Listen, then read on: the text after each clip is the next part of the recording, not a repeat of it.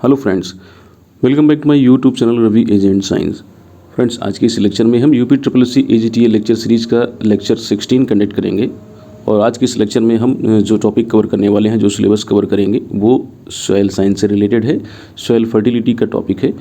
तो साथियों, आइए लेक्चर को स्टार्ट करते हैं बिना टाइम को वेस्ट किए हुए। पर अपने उन नए साथियों से जो पहली बार इस लेक्चर को देख रहे हैं, जो पहली बार इस चैनल पर विजिट किए हैं, अगर उन्होंने चैनल को सब्सक्राइब नहीं किया तो चैनल को सब्सक्राइब कर लें, साथ ही साथ बेल आइकन को भी प्रेस कर लें, जैसे कि जब भी कोई नया लेक्चर आए तो उसकी नोटिफिकेशन उन्हें आसानी से मिल सके। आइए स्टार्ट करते हैं। तो आज के लेक्चर का पहला प्रश्न है, नीम की खली में पाए जाने वाले रसायन हैं, यानी जो इसमें केमिकल पाए जाते हैं, जो रासायनिक पदार्थ होते हैं, उन्हें क्या कहते हैं। तो साथियों, इसमें जो पाए जाते हैं रासायनिक पदार्थ, उन्हें निम्बोडिन या अज़ेडेरेक्टिन कहते हैं। निम्बोडिन या अज़ेडेरेक्टिन के नाम से जाना जाता है। इसमें नीम की खली में जो पाए जाने वाले जो रासायनिक पदार्थ हैं, इन्हें निम्बोडिन या अज़ेडेरेक्टिन के नाम से जाना जाता है। अगला प्रश्न है, पौधों के लिए फास्फेटिक उर्वरक के उपलब्ध रूप हैं, यानी जो फास्फेटिक यानी फास्फोरस को उपलब्ध कराने वाले जो फास्फेटिक उर्वरकों की अवेलेबल जो फॉर्म्स होते हैं, उपलब्ध जो रूप होते हैं। तो साथियों, दो रूपों में फास्फोरस मुख्य रूप से जो है पौधों को प्राप्त होता है, एक H2PO4 के रूप में और एक HPO4 के रूप में। H2PO4 और HPO4 इन दो रूपों में सामान्यतः पौधों को फास्फोरस की प्राप्ति होती है। अगला प्रश्न देखते हैं, जल में घुलनशील फास्फेटिक उर्वरक है। तो साथियों, जो जल में घुलनशील फास्फेटिक उर्वरक है वो है DAP यानी डाई अमोनियम फास्फेट, जिसे आप बोलते हैं। और डाई अमोनियम फास्फेट में दो चीज़ें पाई जाती हैं, एक तो इसमें नाइट्रोजन होता है और दूसरा होता है फास्फोरस। कमेंट बॉक्स में बताइए कि इसमें नाइट्रोजन और फास्फोरस की मात्रा कितनी होती है। नेक्स्ट अगला प्रश्न है, सिंगल सुपर फास्फेट में P2O5 यानी फास्फोरस पेंटाऑक्साइड की मात्रा होती है। तो जो सिंगल सुपर फास्फेट होते हैं, इसमें फास्फोरस पेंटाऑक्साइड की मात्रा जो है 16% पाई जाती है। नेक्स्ट अगला प्रश्न देखते हैं, मोनो अमोनियम फास्फेट में, जैसे डाई अमोनियम फास्फेट में नाइट्रोजन और फास्फोरस की मात्रा जैसे मैंने आपको कमेंट बॉक्स में पूछा है। और इसी तरीके से एक और होता है, इसे कहते हैं मोनो अमोनियम फास्फेट। थोड़ा सा अंतर है इसमें। तो देखते हैं, मोनो अमोनियम फास्फेट में P2O5 यानी फास्फोरस पेंटाऑक्साइड की मात्रा कितनी पाई जाती है। तो साथियों, इसमें जो नाइट्रोजन की मात्रा होती है 11% होती है, और फास्फोरस पेंटाऑक्साइड यानी जो फास्फोरस की मात्रा है वो 52% होती है। 52% पाया जाता है इसमें। फास्फोरस की मात्रा 52% और नाइट्रोजन की मात्रा 11% होती है। आपको एक यहाँ पर हिंट देना चाहते हैं कि जो DAP है, वैसे बहुत ही सिंपल सा क्वेश्चन हमने पूछा है कि जो DAP होता है उसमें नाइट्रोजन की मात्रा इसकी तुलना में ज़्यादा होती है, और फास्फोरस की जो मात्रा है जो आपका कम होती है मोनो अमोनियम फास्फेट की तुलना में। नेक्स्ट अगला प्रश्न है, साइट्रिक एसिड में घुलनशील फास्फेटिक उर्वरक है। तो साथियों, साइट्रिक एसिड में घुलनशील फास्फेटिक उर्वरक है बेसिक स्लैग। बेसिक स्लैग किस इंडस्ट्री, किस उद्योग के लिए रॉ मटेरियल का काम करता है। तो साथियों, इस प्रश्न का उत्तर भी आप हमें कमेंट बॉक्स में दीजिए कि जो बेसिक स्लैग है किस इंडस्ट्री के लिए, किस उद्योग के लिए रॉ मटेरियल का काम करता है, यानी उसमें बाई प्रोडक्ट के तौर पर एज यूज किया जाता है। अगला प्रश्न है, बेसिक स्लैग में P2O5 यानी फास्फोरस पेंटाऑक्साइड की मात्रा पाई जाती है। तो साथियों, पाई जाती है 14 से 15% पाई जाती है। बेसिक स्लैग में जो फास्फोरस पेंटाऑक्साइड की मात्रा है 14 से 15% पाई जाती है। अगला प्रश्न देखते हैं, जल एवं साइट्रिक एसिड में घुलनशील फास्फेट उर्वरक है। तो जल और साइट्रिक एसिड में घुलनशील जो फास्फेट उर्वरक है उसे रॉक फास्फेट कहते हैं। नेक्स्ट अगला क्वेश्चन देखते हैं, रॉक फास्फेट में फास्फेटिक या फास्फोरस पेंटाऑक्साइड की मात्रा पाई जाती है। तो कितनी पाई जाती है। रॉक फास्फेट में जो P2O5 यानी फास्फोरस पेंटाऑक्साइड की मात्रा कितनी होती है। तो 20 से लेकर के 40% तक होती है।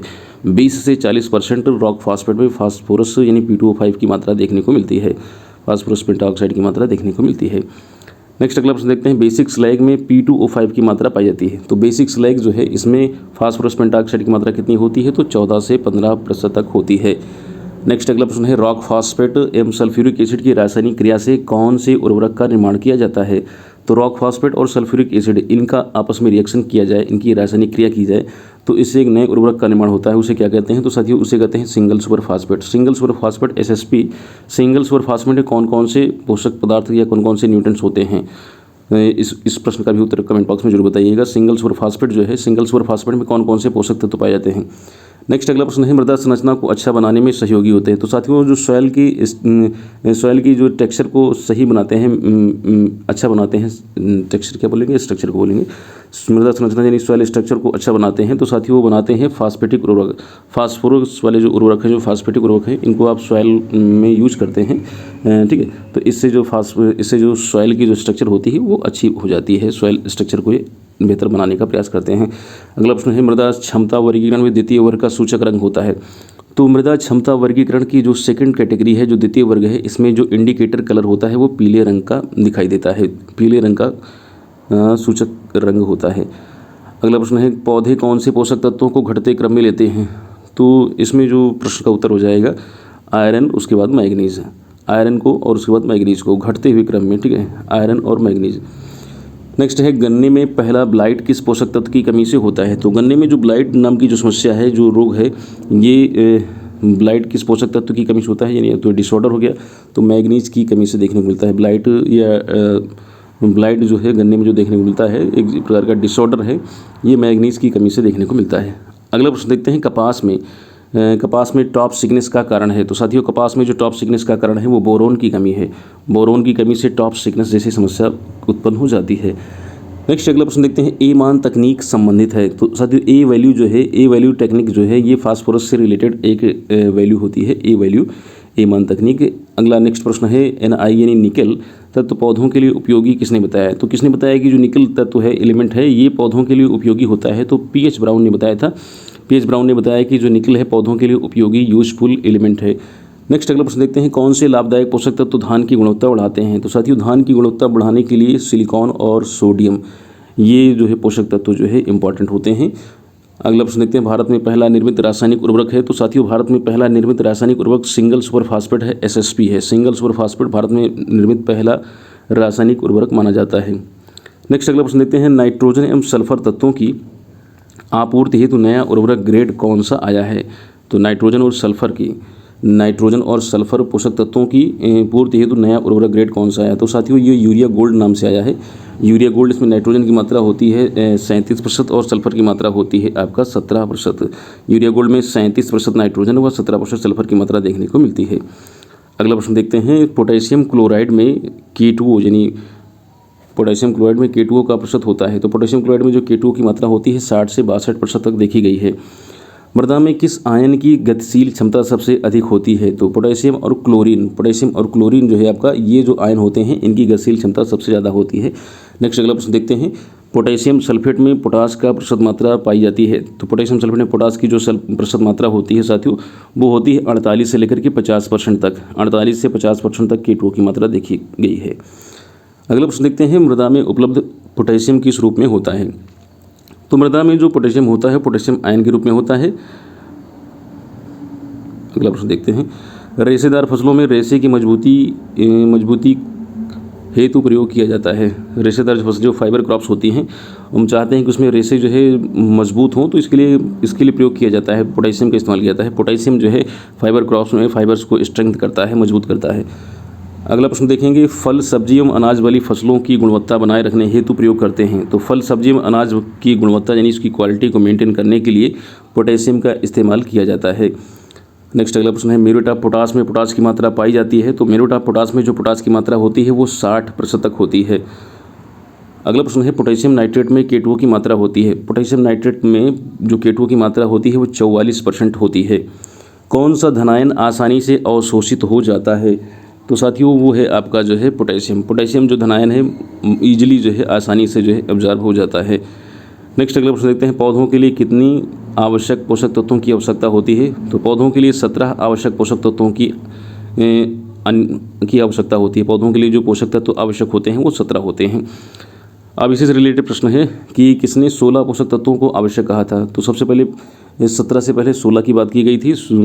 काफ़ी समय तक 16 पोषक तत्वों की अनिवार्यता के बारे में बताया जा रहा था। तो कौन से वैज्ञानिक थे जिन्होंने कहा था कि 16 पोषक तत्व आवश्यक होते हैं पौधों में, ठीक है। तो आर्नन और स्टाउट ने 1939 में इस बात को बताया था। आर्नन और स्टाउट ने बताया था कि 16 जो पोषक तत्व हैं ये पौधों के लिए आवश्यक हैं। नेक्स्ट अगला प्रश्न है कि ब्राउन के अनुसार 17वां पोषक तत्व माना गया है। तो ब्राउन के अनुसार 17वां पोषक तत्व कौन सा है। तो साथियों वो निकल है। निकल 17वां पोषक तत्व था। तो इससे पहले 16 पोषक तत्व थे। 17वां जो बढ़ा जो है जो एक और इसमें ऐड किया गया वो निकल था। 1987 में इसको ऐड कर दिया गया।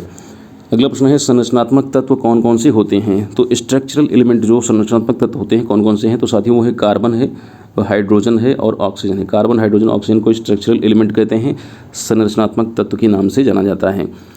नेक्स्ट अगला प्रश्न है पौधों को संरचनात्मक पोषक तत्व किससे मिलते हैं, यानी इनका सोर्स क्या होता है। तो साथियों जो स्ट्रक्चरल एलिमेंट होते हैं ये हवा और पानी से इनको प्राप्त होते हैं। हवा और पानी से स्ट्रक्चरल यानी संरचनात्मक जो पोषक तत्व हैं इन्हें हवा और पानी के द्वारा प्राप्त होते हैं।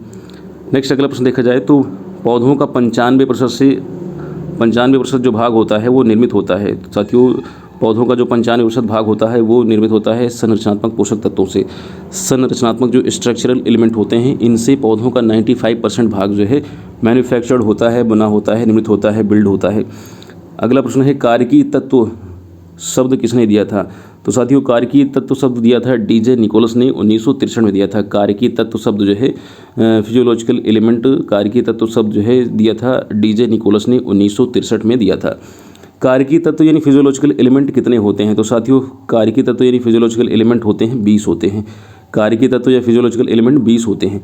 प्राथमिक पोषक तत्व होते हैं तो साथियों प्राथमिक पोषक तत्व हम मानते हैं NP और KQ, नाइट्रोजन, फास्फोरस और पोटास को प्राथमिक पोषक तत्व कहा गया है। NPK यानी नाइट्रोजन, फास्फोरस, पोटास को प्राथमिक पोषक तत्व कहते हैं। अगला प्रश्न देखते हैं द्वितीयक पोषक तत्व कौन से हैं? तो कैल्शियम, मैग्नीशियम और सल्फर। कैल्शियम, मैग्नीशियम और सल्फर इन्हें कहा जाता है द्वितीयक पोषक तत्व।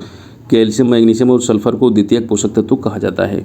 कैल्शियम, मैग्नीशियम और सल्फर जो है इन्हें द्वितीयक पोषक तत्व के नाम से जाना जाता है। ये सेकेंडरी एलिमेंट होते हैं, न्यूट्रिएंट एलिमेंट होते हैं। अगला है सूक्ष्म पोषक तत्व कौन कौन से हैं? तो साथियों माइक्रो एलिमेंट्स कौन कौन से हैं? ट्रेस एलिमेंट भी कह देते हैं। Iron, manganese, zinc, copper, boron, molybdenum, chlorine और निकल, ये होते हैं आपके सूक्ष्म पोषक तत्व। तो इनकी संख्या है 8, 3, 3, 6, 7, 8। ठीक है, iron, manganese, zinc, copper, boron, molybdenum, chlorine और निकल, ये हैं आपके सूक्ष्म पोषक तत्व। सूक्ष्म पोषक तत्व में सबसे अधिक मात्रा में आवश्यकता होती है, जो सूक्ष्म पोषक तत्व हैं इसमें सबसे ज़्यादा जो आवश्यक होता है वो आयरन की आवश्यकता होती है। सूक्ष्म पोषक तत्वों में सबसे अधिक मात्रा में जो आवश्यकता होती है वो है आयरन की आवश्यकता होती है और सबसे कम मोलिब्डेनम की आवश्यकता होती है। आगे दिया गया प्रश्न सूक्ष्म पोषक तत्व को कहते हैं तो साथियों इन्हें ट्रेस एलिमेंट भी कहते हैं। इन्हें ट्रेस एलिमेंट के नाम से भी जाना जाता है। सूक्ष्म पोषक तत्वों को ट्रेस एलिमेंट के नाम से भी जाना जाता है क्योंकि इनकी बहुत ही कम मात्रा की आवश्यकता होती है। अगला प्रश्न देखते हैं साथियों सूक्ष्म पोषक तत्वों में सबसे कम मात्रा में किसकी आवश्यकता होती है? तो साथियों सूक्ष्म पोषक तत्वों में सबसे कम जो आवश्यक होता है वो मोलिब्डेनम, सबसे अधिक आयरन। अल्ट्रा माइक्रो तत्व कौन सा है? अल्ट्रा माइक्रो तत्व चूँकि इसकी बहुत ही कम आवश्यकता होती है इसलिए इसको अल्ट्रा माइक्रो तत्व कहा गया, एलिमेंट कहा गया है। तो ये मोलिब्डेनम ही है। मोलिब्डेनम को अल्ट्रा माइक्रो एलिमेंट के नाम से भी जानते हैं। अगला प्रश्न है सूक्ष्म पोषक तत्वों का पौधों में उपयोग करते हैं। सूचना नहीं, सूक्ष्म है। जो सूक्ष्म पोषक तत्व होते हैं, जो माइक्रो न्यूट्रिएंट्स होते हैं, पौधे इनका उपयोग करते हैं तो किन रूप में या इनकी क्या क्वांटिटी के हिसाब से होता है? तो ये तो ppm में इन्हें यूज किया जाता है या फिर मिलीग्राम प्रति kg, ठीक है, mg/kg, या तो इनको ppm में यूज किया जाता है, उपयोग करते हैं, या फिर इन्हें mg/kg में उपयोग किया जाता है। इनकी जो मात्रा उपयोग करते हैं वो या तो ppm में उपयोग करते हैं या mg/kg में। अगला प्रश्न है कंकाल तत्व कहे जाते हैं तो कौन से एलिमेंट है जिन्हें स्केलेटल एलिमेंट के नाम से जाना जाता है? कंकाल तत्व कौन से तत्वों को कहा जाता है? तो साथियों कैल्शियम है, मैग्नीशियम है और फास्फोरस। कैल्शियम, मैग्नीशियम और फास्फोरस ये पौधों की बैकबोन बनाने का काम करते हैं। कैल्शियम, मैग्नीशियम और फास्फोरस, कैल्शियम, मैग्नीशियम, फास्फोरस से पौधों की बैकबोन बनाने का काम करते हैं। इन्हें स्केलेटल एलिमेंट के नाम से जाना जाता है। कंकाल तत्व कहते हैं कैल्शियम, मैग्नीशियम और फास्फोरस। अगला प्रश्न है कि पौधों में अगतिशील पोषक तत्व हैं तो पौधों में जो अगतिशील पोषक तत्व होते हैं, इमोबाइल एलिमेंट होते हैं, वो होते हैं साथियों कैल्शियम और बोरॉन। नेक्स्ट अगला प्रश्न है पौधों में कलिका पर लक्षण प्रकट करने वाले तत्व हैं तो बड पर जो कलिकाओं पर जो है सिम्टम्स को प्रकट करते हैं वो कौन कौन से तत्व हैं? साथियों बोरोन है और कैल्शियम। बोरोन और कैल्शियम से जो है आपका जो है बड यानी कलिकाओं पर सिम्टम्स देखने को मिलते हैं। और आज की इस लेक्चर का ये आखिरी प्रश्न है लाभदायक पोषक तत्व कौन कौन से हैं? इंपॉर्टेंट क्वेश्चन है ये भी कि लाभदायक पोषक तत्व कौन कौन से हैं? तो 4 हैं ये, वेनेडियम है, सिलिकॉन है, कोबाल्ट है और सोडियम है। वेनेडियम, सिलिकॉन, कोबाल्ट और सोडियम, ये इन्हें हम लाभदायक या बेनिफिशियल न्यूट्रिएंट्स कहते हैं। तो लाभदायक पोषक तत्व कौन कौन से हैं? वेनेडियम, सिलिकॉन, कोबाल्ट और सोडियम। साथियों ये थे आज के इंपॉर्टेंट 50 वन लाइनर टाइप के क्वेश्चंस। अब हम आज के इस लेक्चर का जो आखिरी प्रश्न है ये जो हम आपसे पूछते हैं तो प्रश्न है कि पौधे किस पोषक तत्व को धनायन और ऋणायन दोनों रूपों में लेते हैं? तो कौन सा वो पोषक तत्व है, न्यूट्रिएंट्स है, जिसे पौधे उसके नेगेटिव फॉर्म में और पॉजिटिव फॉर्म में यानी आपका कैटायन और एनायन दोनों रूपों में लेते हैं? तो इस प्रश्न का उत्तर आप हमें कमेंट बॉक्स में जरूर दीजिएगा। साथ ही साथ हमने ऊपर जो आपसे 2-3 प्रश्न और पूछे हैं उन प्रश्नों के भी उत्तर आप हमें कमेंट बॉक्स में जरूर दीजिए। जल्द ही एक नए लेक्चर के साथ, एक नए कैंडिडेट के साथ आपसे मुलाकात करेंगे और पुनः एक बार उन अपने नए साथियों से जो पहली बार इस चैनल पर विजिट किए हुए हैं, जो पहली बार इस लेक्चर को देख रहे हैं, अगर उन्होंने चैनल को सब्सक्राइब नहीं किया तो सब्सक्राइब कर लें। साथ ही साथ बेल आइकन को प्रेस कर दें जिससे जब भी कोई नया लेक्चर लेकर हम आएँ तो उसकी नोटिफिकेशन उन्हें आसानी से प्राप्त हो सके। तो बस आज के इस लेक्चर में इतना ही। जल्द मुलाकात करते हैं आपसे, तब तक के लिए जय हिंद।